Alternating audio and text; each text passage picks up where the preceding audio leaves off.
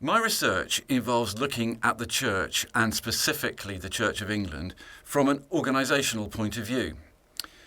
I'm interested in what we can learn from bringing these two traditions of thought and practice together, particularly at a time when the Church is dealing with a whole range of issues that are commonly put together under the heading of decline. I'm at an early stage in the process, but I have a thesis that I'm keen to explore further.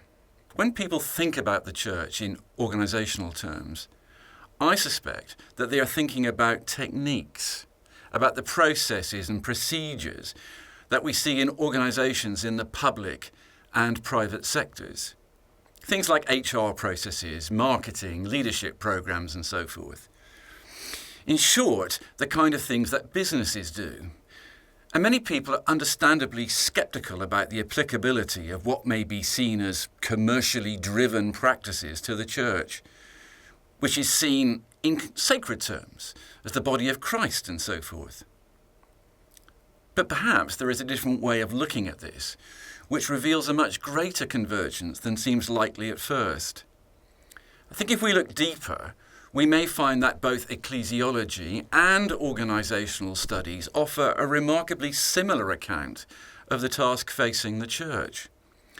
Only last Saturday I heard Professor Alistair McGrath suggest that the priority for the Church is to reflect on its essential identity and what that means in our context. My preferred approach to organisations sees the techniques I referred to earlier as tools that may or may not be useful.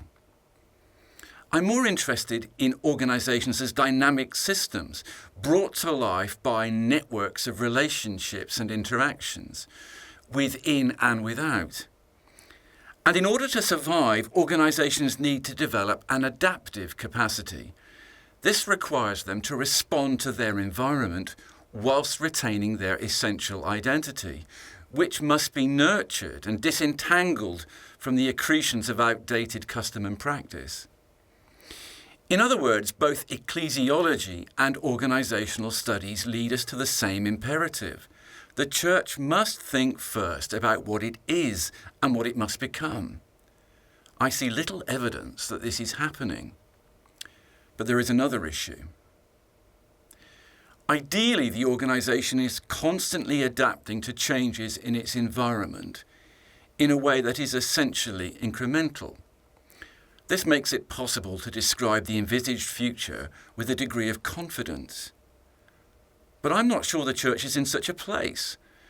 As far as I'm aware, there has been little or no such activity, in an organised way at least, for many years in the Church of England.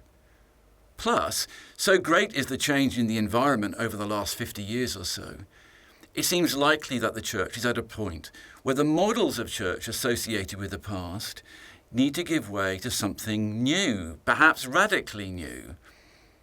It's by definition hard to know what that would look like. It requires an act of imagination and probably a process of exploration and experiment. It's a bigger task than anything envisaged in the current process of reform and renewal.